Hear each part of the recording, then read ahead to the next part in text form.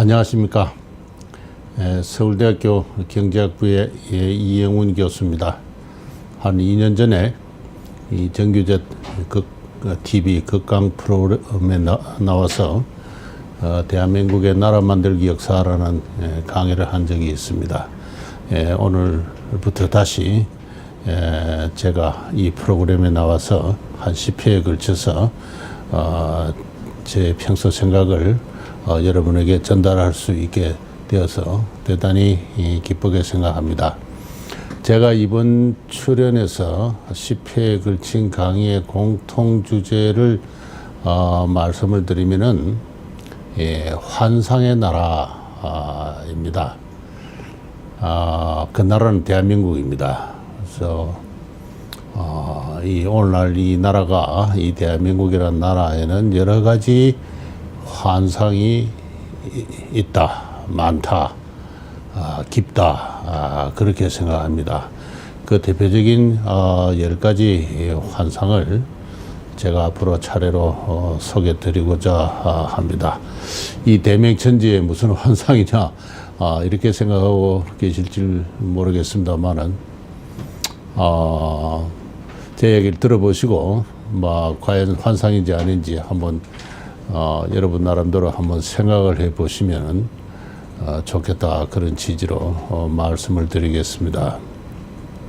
이 환상 때문에 환상이라는 것은 결국 합리적 사고를 판단이나 관찰을 어렵게 만듭니다. 뭔가 집단적인 환상을 갖고 있을 때 이 사회가 대단히 개방적이거나 어떤 시민적인 어떤 교양으로 잘 통합되기는 힘들 수가 있습니다. 저는 오늘날 대한민국이 안고 있는 여러 가지 사회, 정치, 경제, 문화의 문제가 그 역사적 깊은 근원에 우리가 알게 모르게 일상적으로 생산해내고 있는 환상에 있다. 그렇게 생각을 하고 바로 그러한 문제의식에서 제가 이 자리에 나오게 되었습니다. 오늘 제가 말씀드릴 그 환상은 세종은 과연 성군인가 하는 것입니다. 다 알다시피 세종은 우리 한국인들이 가장 역사적으로 존경하는 역사적 인물입니다. 더 이상 설명드릴 필요가 없습니다. 전국 초등학교 어딜 가도 세종의 동상이 있지요. 우리가 쓰는 화폐에도 세종의 초상화가 있고요. 대한민국을 상징하는 도로가 세종로고, 몇 년 전에는 세종대왕의 동상이 세워졌습니다. 새로운 행정 중심지를 만들면서 또 세종시라 했고요. 해군이 배를 만들어도 세종함이고요. 모든 것에 세종이 붙습니다. 근데 과연 그렇게 우리 대한민국 국민들이 21세기 오늘날에도 존경할 만한 성군인가 하는 것에 대해서 저는 오랫동안 의문을 가져왔습니다. 그 첫째 이유는 세종 때에 그 양반 노비 신분 제도가 확립이 되었다 하는 바로 그 이유 때문에 그렇습니다. 이 조선 왕조가 남긴 여러 가지 그 자료들을 보면요, 왕조실록을 비롯해서 지금 서울대학교 규장각에서 소장하고 있는 호적 자료를 보면은 호적에 등록된 인구의 한 40%가 노비입니다. 왕조실록을 잘 분석해봐도 이미 15세기 후반에 인구의 40% 가까이가 노비다라는 것을 알 수가 있습니다. 17세기 말까지 그러했습니다. 40% 내지 50%가 노비 인구였습니다. 이 노비는 주인의 재산입니다. 사고 팔리고 상속되고 정려되고 했죠. 경국대전에는 그 노비 가격이 책정되어 있는데요. 저화 4천장이라 해서 쌀 20스입니다. 또는 말 한 필 가격하고 같고요. 노동일로 따지면 666일의 노동가치에 해당합니다. 당시로서는 상당히 그 토지보다도 더 소중하게 여긴 재산입니다. 동산이죠. 채털입니다. 15세기의 양반 가문에서 남긴 상속 문서를 보면은 토지보다도 노비를 먼저 적습니다. 그래서 미국 남부의 그 농장주들이 노예제 시절에 말이죠. 상속 문서를 남길 때 보면은 말을 제일 먼저 적습니다. 말이 가장 소중한 재산이었기 때문에. 그래서 가장 소중한 재산을 먼저 이렇게 상속 문서에 제일 앞에 적는데 조선에는 노비를 적었습니다. 그만큼 노비가 소중한 재산이었습니다. 노비가 얼마나 많았는지 태종이라는 임금이 노비 소유 상한제도를 정했습니다. 그때 왕족들과 정일품은 300명 이렇게 있습니다. 그리고 차츰차츰 줄여서 정칠품에서 구품의 하급 관리는 150명 그랬습니다. 그 150명, 300명이 적은 숫자가 아닙니다. 그런데도 신하들은 그 너무 그 상한 규모가 작습니다 해서 그 유야무야 되고 말았습니다. 그래서 중앙에 관인을 하게 되면 적어도 최소한 아무리 말단관직이라도 100명의 노비는 소유했던 것이 15, 16세기 우리 양반들이 어떻게 해서 이런 노비가 이렇게 많아졌느냐 하는 것이 제가 오랫동안 추구한 과제입니다만 그 이전에 10 내지 14세기 고려 왕조를 보면은 노비 인구가 그렇게 많지 않습니다. 제가 짐작할 때는 전체 인구의 한 5% 정도였고요. 그리고 노비가 조선 왕조처럼 신분이 세습되거나 그러지 않았습니다. 함부로 사고 팔릴 수도 없었고요. 사고 팔릴 경우에는 처벌을 받습니다. 그리고 양인하고 노비가 아닌 양인하고 결혼이 금지되어 있었습니다. 결혼을 시키면 노비 주인이 처벌을 받도록 되어 있었고요. 신분이 세습되지 않고 노동 가치, 노비 가치가 한 120일의 노동 가치였습니다. 따라서 재산 가치가 조선 왕조의 노비보다 한 5분의 1 정도였고, 따라서 얼마든지 쉽게 해방될 수 있었습니다. 고려 시대는 노비 출신으로서 장군도 많고요. 무신 시대의 이의민이라는 그 장군이 노 출신입니다. 나중에 신돈이라는 직군관이 나오는데 이 사람도 노 출신이에요. 그래서 고려 시대는 신분이 잘 세습되지도 않았을 뿐더러 요사이 말로 하면 일종의 사적인 종자 비슷한 집사 비슷한 그런 사람들이 노비였습니다. 노비의 권리가 있었고요. 정치적 권리가 있었습니다. 주인이 잘못하면 소송도 할 수 있었고요. 근데 조선시대가 오면은 그 모든 권리가 박탈이 되고 노비는 완전히 개나 소의 똥오줌에 비유되는 개똥이, 소똥이, 말똥이, 바위, 이런 식의 마당새, 마당에 있는 소, 이런 식으로 물상에 비유되는 천한 존재로 이렇게 떨어지고 맙니다. 그런 인구가 전체 인구의 40%나 됐어요. 15, 16세기에서 17세기까지가 우리 한국 사회 노비주의 전성기인데 어떻게 해서 그렇게 됐느냐 했을 때 저는 세종의 역할이 대단히 중요했다 그런 뜻입니다. 그 아버지 태종 때만 하더라도 양인과 노비의 결혼을 금지시켰습니다. 금지시키고 결혼을 하게 되면 강제로 이혼을 시켰습니다. 노와 결혼한 양인 여자는 처벌을 해가지고 관노비로 삼았고요. 그 소생들은 또 관노비로 다. 따라서 주인이 자기 노가 함부로 양인 여자와 결혼할 경우에는 그 소생들을 잃어버리게 됐습니다. 그다음에 태종은 비가 양인 남자와 결혼했을 때 그 소생은 아버지의 신분을 따라서 종부법이라 합니다만 양인으로 돌렸습니다. 그렇게 해서 태종은 대단히 그 강인한 군왕으로서 나의 백성인데 누가 노비가 있단 말이냐 하는 이와 같은 정책을 취했습니다. 그래서 고려시대 때부터 내려오는 노비제에 중대한 매설을 가해가지고 비가 양인 남자와 결혼할 때는 그 자식은 아버지의 신분을 따라서 양인이다라는 법을 만들었습니다. 고려시대는 그게 종모법이라 해서 어머니 신분을 따라서 노비가 되었습니다만 이렇게 개혁적인 군왕이 태종이었는데요. 그 세종이 들어와가지고 신하들이 이제 그 강인한 군왕 태종이 죽고 나니까 세종이 어린 나이에 즉위를 하니까 그 강신들이 이 법을 폐지해야 된다고 주장을 합니다. 세종은 아버지가 남긴 만세의 아름다운 법이다라고 그 아버지의 법을 옹호를 했습니다만 결국은 신하들의 강청을 못 이겨서 세종 14년에 그 비가 양인 남자와 결혼할 때 그 자식은 아버지의 신분을 따라서 양인이 된다는 그 법을 폐지를 합니다. 그렇게 해서 종모종천법을 이렇게 만들어내죠. 이후에 노비 인구가 급속하게 증가합니다. 우선 양인과 노비 사이에 결혼이 자유롭게 허락이 됐어요. 허락이 됐습니다. 노가 양인 여자와 결혼했을 때, 그 고려시대 이래로 그것은 강하게 금지되고 있다 했는데, 태종 역시 그것을 금지를 하고 그 자식들을 속공을 시키고 그렇게 했다고 했는데, 그 법은 세종 때도 형식적으로는 존재합니다만 실행이 되지 않습니다.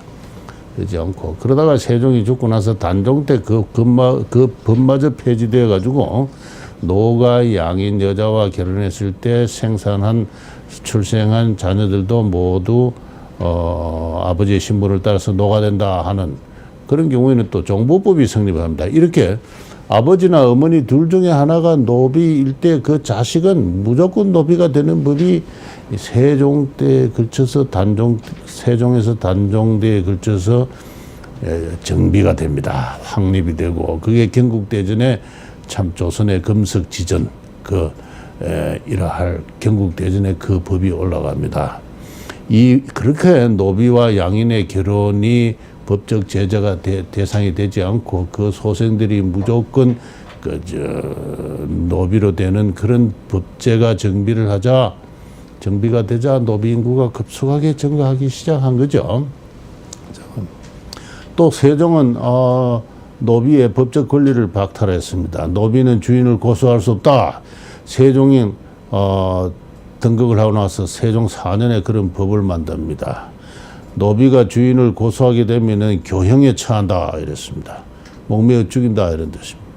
이후 노비에 대한 주인의 폭력, 생사 여탈, 침탈이 마음대로 이루어졌습니다.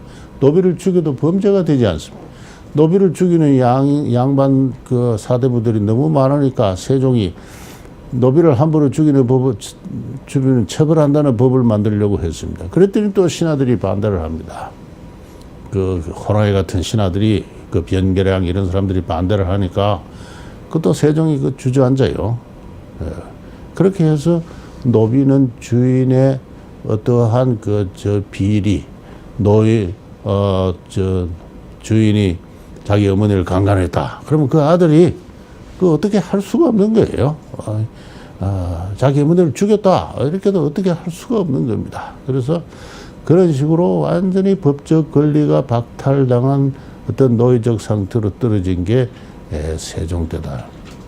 그뿐만 아닙니다. 세종은 고려 이래에 내려오는 관에 가면은 예능을 담당하거나 또는 어수를 담당하거나 손님 왔을 때 사신이 오고 갈 때 성적 서비스를 제공하는 기생들이 있었습니다. 이 기생들의 자식도 전부 어머니 신분을 따라서 영원히 기생이다. 천한 기생 신분이다. 이 법을 만든 것도 세종이에요. 세종이 함경도 육진을 개척했습니다. 그때 남쪽에서 많은 군인들이 올라가서 6개월씩 또는 1년씩 수자리를 하는데 군인들의 수자리에 공로가 많으니까 기생을 설치해라 이래가지고 각 고을마다 말이죠 60명씩 기생을 설치해서 그 군인들을 위로를 하라 그럽니다.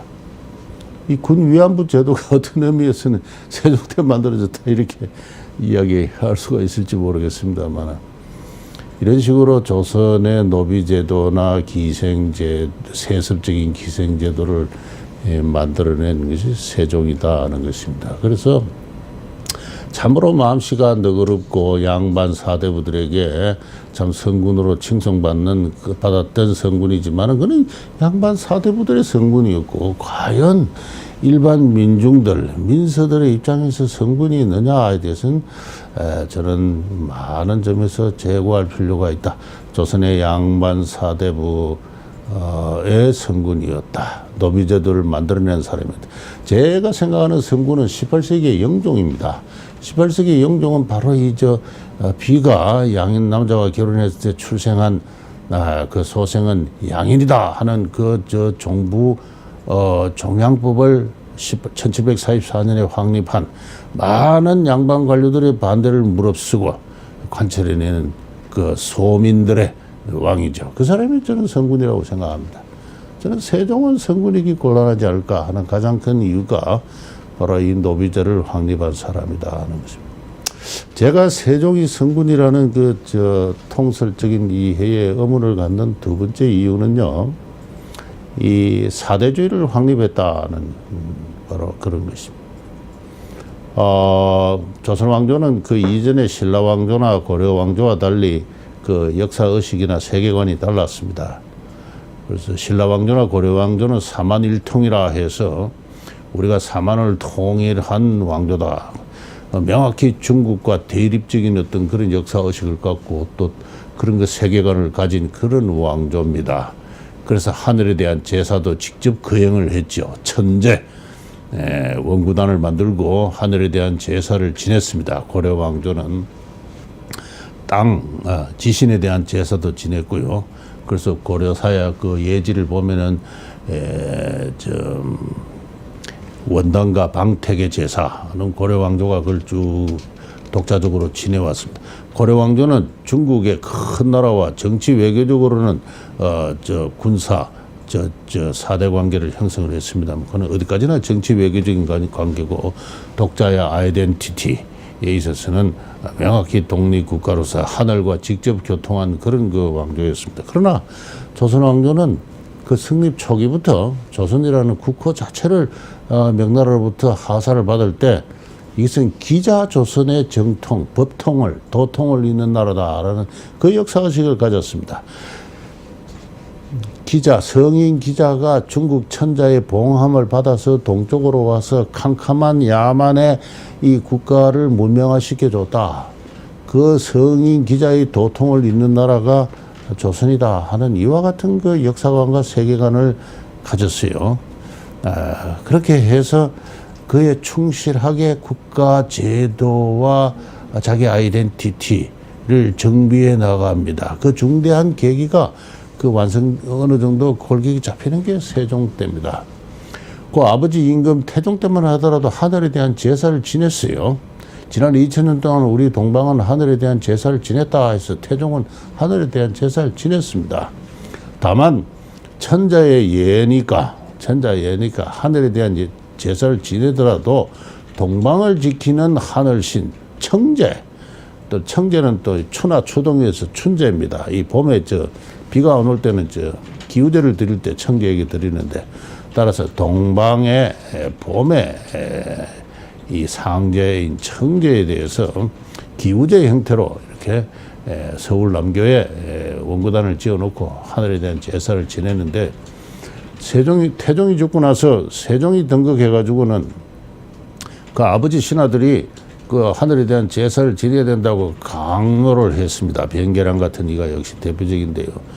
그래서 세종 한 10년 동안은 기우제의 형태로 그걸 처음에는 지내지 않으려고 그랬습니다. 그러나 신하들이 강요를 해서 지내다가 그 신하들이 다 죽고 나니까 그 하늘에 대한 제사를 폐지를 합니다. 참남하다. 어떻게 제후가 되어서 천자의 제사를 지내는가? 아무리 제사를 지내도 하늘이 비를 내려주지 않는다. 예가 아니면 하늘도 응하지 않을 것이기 때문에 아무리 가물어도 기우제를 지낼 필요가 없다. 이렇게 이야기를 합니다. 한 번은 심하게 가문 적이 있습니다. 그 신하들이 원단에 가서 기우제를 지내십시오, 천제를 지내십시오 할 때 안 된다. 참남하다. 오히려 하늘이 노할 것이다. 이렇게 이야기했어요. 그래서 세종이 편찬한 오래에서 하늘에 대한 제사, 또 땅에 대한 제사는 폐지됩니다. 원구와 방택에 대한 제사는 폐지가 되고, 이것이 결국 나중에 성종 때 최종 정비되는 국조 의례에 의해 그게 그대로 이어져서 그 아들 세조라는 임금은 대단히 그 강인한 그 군주권을 추구한 사람입니다만, 따라서 아버지 세종과 달리 비가 양인 남자가 결혼했을 때 그 자식을 노비로 삼는다는 그 종모법을 폐지하고 다시 할아버지 그 태종 때와 같은 종부법으로 돌아가요. 그다음에 하늘에 대한 제사를 직접 지냈습니다. 세조는. 그러나 그 세조가 잠시 그러고 나서는 다시는 하늘에 대한 제사를 지내거나 하는 그런 군왕이 나타나지 않았습니다. 나타나지 않고 19세기 말까지 청해 종주권으로 해방된 1897년이 되어서야 다시 원구단, 당시는 황구단이 이렇게 다시 재건되었습니다만, 이렇게 제후의 나라로서 국제를 정비를 해 나가는 그 단초가 세종이었다. 세종은 또 이 올해를 제정하면서 올해 중에 이 군례라고 있습니다. 길례, 흉례, 군례, 빈례, 가례 이렇게 있는데, 그 고려는 강한 군사국가이기 때문에 군례를 대단히 중시했습니다. 군인이 출정을 할 때는 거창한 출정하는 군대가 도열을 하고, 상장군이 임금한테 나가서 임금이 내리는 도끼를 받고, 그렇게 해서 출정을 하고 임금에 대한 만세를 부르고, 돌아와서는 다시 또 도끼를 바치는 이 독립국가로서, 그죠? 독자의 군국지병을 행세하는 그런 국가로서 그 위용 의식을 갖춘 것이 고려의 국가입니다. 고려는 나라가 대단히 강인한 군사국가였어요. 몽고하고 무려 28년간을 전쟁을 했지 않습니까? 그러나 조선 왕조는 그 군례 세종은 올해를 제정하면서 출정의를 폐지합니다. 제후의 국가가 출정의를 행사할 수 없다. 그래서 조선 왕조가 세종이 만든 올해라는 것은 어디까지나 의례입니다. 의례, 향사례, 활을 쏘고, 군대를 연습을 하고 열병을 하고 말이죠 하는 그런 정도지, 막상 군국의 의지가 상징적으로 함축되는 그러한 출정회는 세종 때 폐지가 됐죠. 그래서 시간 관계상 더 자세하게 말씀드릴 수는 없습니다만은 세종은 참 지성사대였습니다. 여사이 세종은 얼마나 자주 독립 외교를 했는가 그런 주장을 하는 사람들이 많이 있는데, 그런 세종실록을 자세히 읽지 않고 그런 이야기를 해요. 세종은 그야말로 예를 들어서 하방지방에서 청매, 날개가 푸른 매가 납니다. 천하의 진귀한 그 보물이에요. 그거를 자발적으로 중국 황제에 바칩니다. 중국이 당시에 선종이라는 황제가 굉장히 그런 기물을 탐내게 한 사람이에요.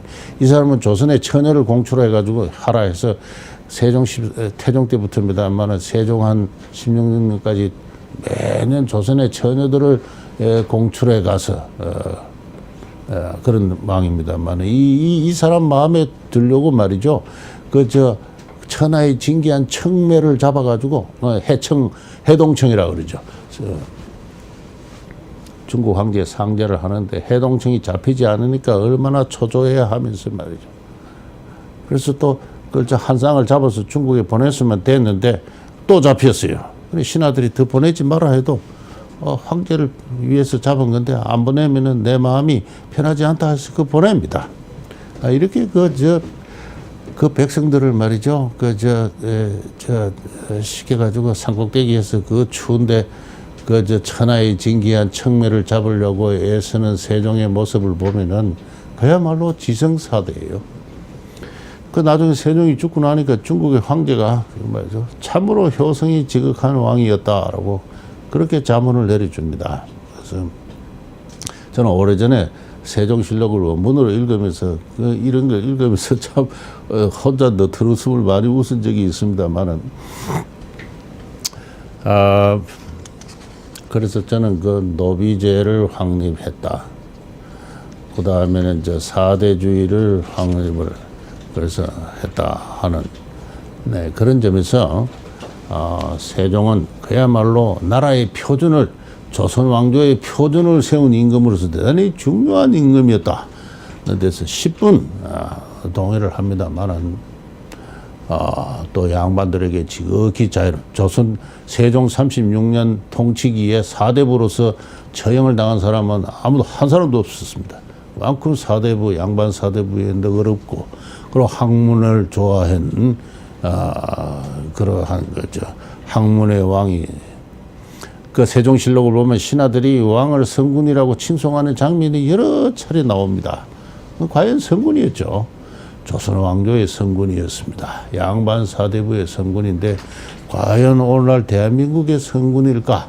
대한민국의 21세기 오늘날 국민이 지금도 받들어야 될 성군일까에 대해서는 저는 상당히 의문을 갖습니다.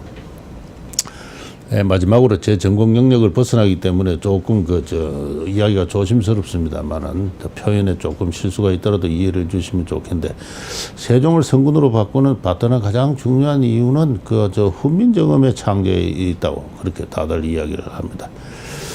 근데 훈민정음이 어떤 거냐 하는 것에 대해서 최근에 실명을 거론하겠습니다. 상명여자대학의 정다함 교수라든가 고려대학에서 퇴직하신 정광 명예교수라든가 이런 분들이 쓴 논문들을 보면은 역시 나라의 백성들에게 정음이란 건 올바른 한자음입니다.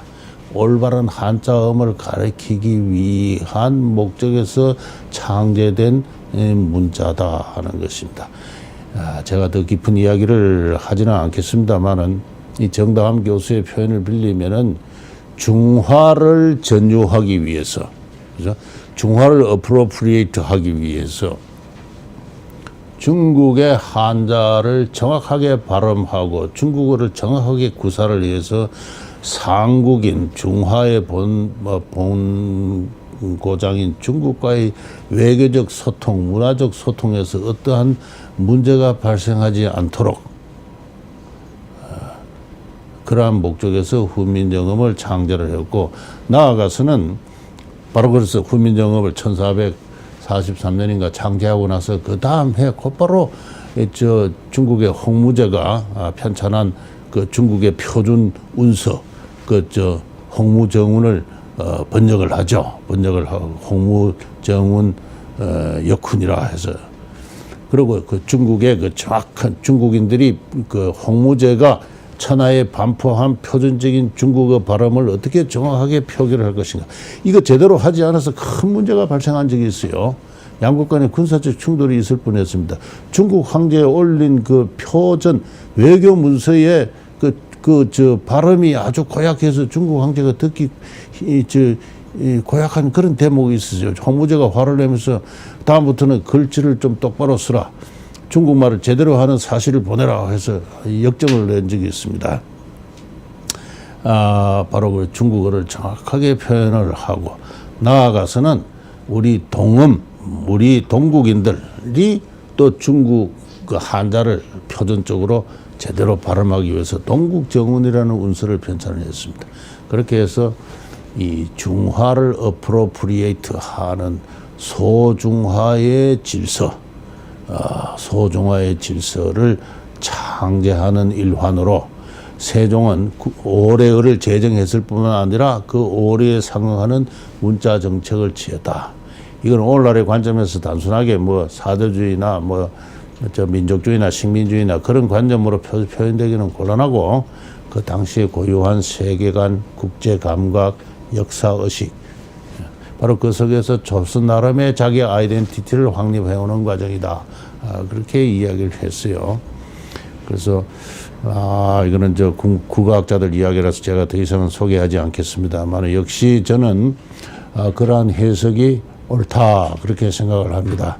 제가 알고 있는 세종의 신분 정책이나 기타 외교 정책을 볼 때 세종의 문자 정책도, 한 나라가 문자를 만든다는 건 대단히 중대한 어떤 나라가 들었을 당시의 통치 행위인데, 그 통치 행위를 당시의 국제 감각이나 역사 의식과 무관하게 떼어놓고 오늘날 관점에서 어린 백성들에게 문자를 하나 선사해서 그들의 어떤 삶의 질을 높인다 하는 단순한 그런 식의 민족주의적 발상으로는 이해할 수 없는, 종전에 그래왔다고 생각합니다만은, 그러한 새로운 해석이 있다는 것도 염두에 두시고 제 이야기하고 관련을 시키면은 전후 맥락이 통할 것이라고 생각합니다. 제가 마지막으로 지적드리고 싶은 것은 21세기 오늘날의 대한민국조차 이 국가나 정부가 여전히 세종을 성군으로 받들 때 그 저변에 뭐가 흐르고 있느냐 하는 것입니다. 알게 모르게 조선왕조의 신민의식입니다. 그러나 우리는 더 이상 조선왕조의 신민이 아니고 자유인입니다. 자유인이다. 자유란 게 뭡니까? 그 자유인으로서의 적극적인 아이덴티피케이션이 없는 거예요. 없습니다. 제가 말씀드린 건 벌써 40, 50년 전부터 이미 학자들은 다 알고 있는 이야기입니다. 그럼에도 불구하고 그 사이에 세종을 성군으로 받드는 국가적 상징은 점점 더 발달해 왔지 않습니까? 70년대 이후에 말이죠. 최근에는 이 세종로에 세종의 동상을 세웠잖아요. 세종시를 세웠잖아요. 그래서 무엇을 의미할까? 이 상징은 무엇을 우리 한국인들에게 당신들은 누구냐라는 어떤 정체성의 질문이 제기될 때 어떠한 어떤 한국인들은 대답을 하게 만들까 하는 것을 우리가 좀 곰곰이 되돌아보게 하는 그러한 의미가 있지 않을까. 이것이 오늘 여기까지가 오늘 제가 처음 소개한 제1의 상징입니다. 예, 다음 시간도 일주일 뒤에 또 기대해 주시기 바랍니다. 예, 오늘은 이 정도 하겠습니다. 감사합니다.